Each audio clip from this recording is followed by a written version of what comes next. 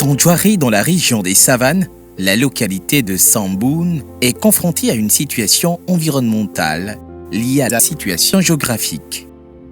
Localisé sur le versant de la cuesta de Bambouaka, le village reçoit la pluie dans les eaux de ruissellement en descendant de la montagne, emporte tout sur son passage. Le sol érodé se voit ainsi dépossédé de la terre arable, composante essentielle aux activités agricoles. Dans le but d'apporter une solution durable à cette situation, l'ONG AREF entendait Action réelle sur l'enfant et la femme a initié avec l'appui du Programme des Nations Unies pour le développement PNUD le projet de renforcement de la résilience des systèmes agricoles et alimentaires face aux menaces et crises.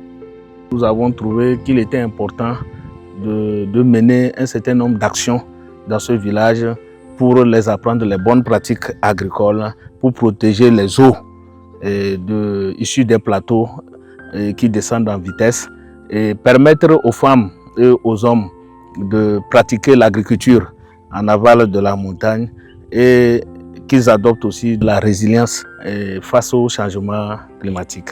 Cette résilience se traduit par l'adoption des bonnes pratiques de gestion durable des terres. Ces blocs de pierre, disposés en plusieurs rangées le long des courbes de niveau autour des espaces cultivables, ne sont autres que les cordons pierreux, des dispositifs anti-érosifs qui permettent de récupérer les terres dégradées, de lutter contre l'érosion hydrique et d'améliorer l'infiltration des eaux.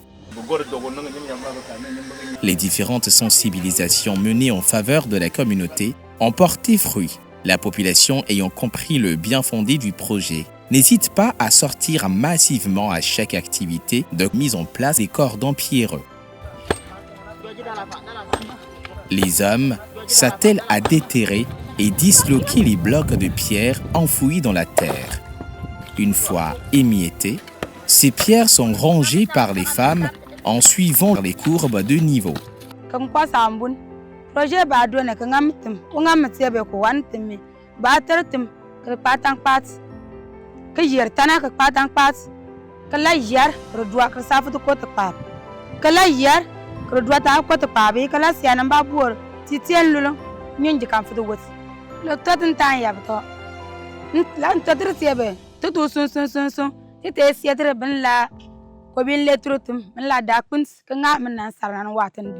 Si cette rémunération financière qui s'inscrit dans l'approche haute intensité de main-d'œuvre IMO est sans nul doute une motivation évidente à la participation des travaux, elle constitue également un frein à l'exode des jeunes du village.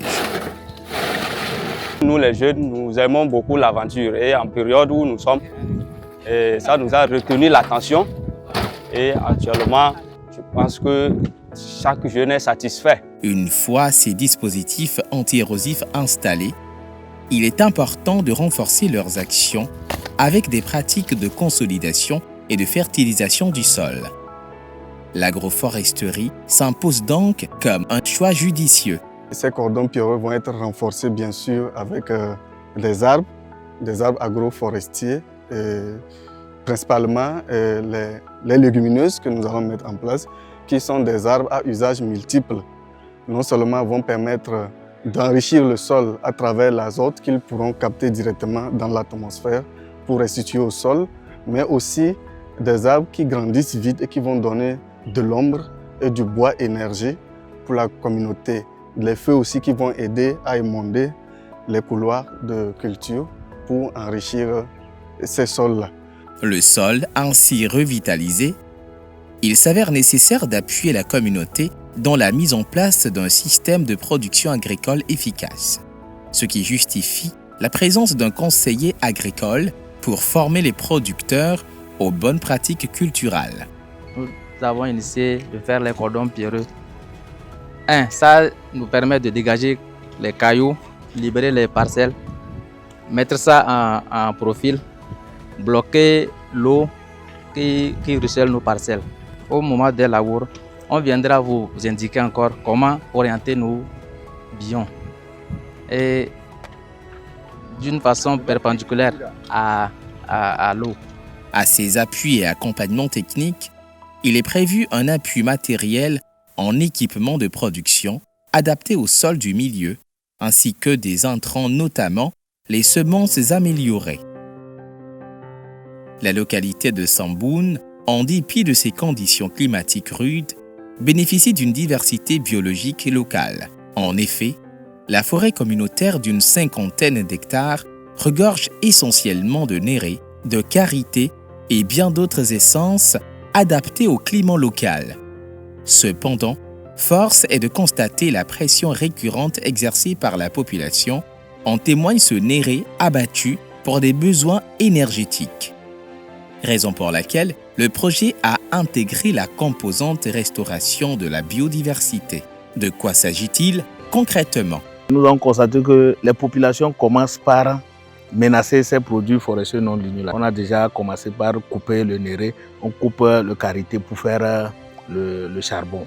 Donc, nous nous sommes dit, si nous ne faisons rien actuellement d'ici 5 ans, ces produits forestiers non ligneux-là ne vont plus exister sur les 50 hectares. Donc, il est question de les protéger et de mettre un plan de gestion de cette zone-là et permettre maintenant aux populations de comprendre que dans le cadre de ce projet, il est question de faire le reboisement avec des plants à bois, énergie, pour pouvoir leur permettre de prélever ça, faire la cuisson et éviter de faire la pression sur ces produits forestiers non ligneux. Au total, plus de 10 000 plants seront mis en terre pour non seulement mettre en défense la montagne, mais également approvisionner l'agroforesterie au niveau des espaces cultivables. La sécurité alimentaire étant au cœur du projet, il est prévu une troisième composante pour appuyer la mise en place des activités génératrices de revenus. Une unité de transformation des produits agricoles et forestiers sera donc installée à cet effet. Lorsque cette colline serait mise en défense, les arbres fruitiers, notamment le néré et le karité, les communautés, surtout les femmes, vont pouvoir exploiter ça. Et donc, il est prévu une unité de transformation pour ces femmes-là, pour que ces produits puissent être transformés et que ces femmes puissent ajouter de la valeur à ces produits. Ce projet, au-delà de rehausser la productivité des terres et de réduire la paupérisation des petits producteurs agricoles, permet de retenir la jeunesse et les bras valides, une situation qui réconforte le chef du village. Projet AREF. Le projet nous a aidé à mettre les cordons pierreux. Et avec ces cordons pierreux, nous avons récupéré la terre. L'espace est là maintenant pour cultiver. Dans le village, au moment de la saison sèche, nos jeunes vont en aventure. Avec la rétention des jeunes dans le village, tout le monde travaille, ils gagnent quelque chose et ça nous réconforte. Vivement que la mise en œuvre de ce projet soit couronnée de succès et inspirée d'autres localités partageant les mêmes réalités.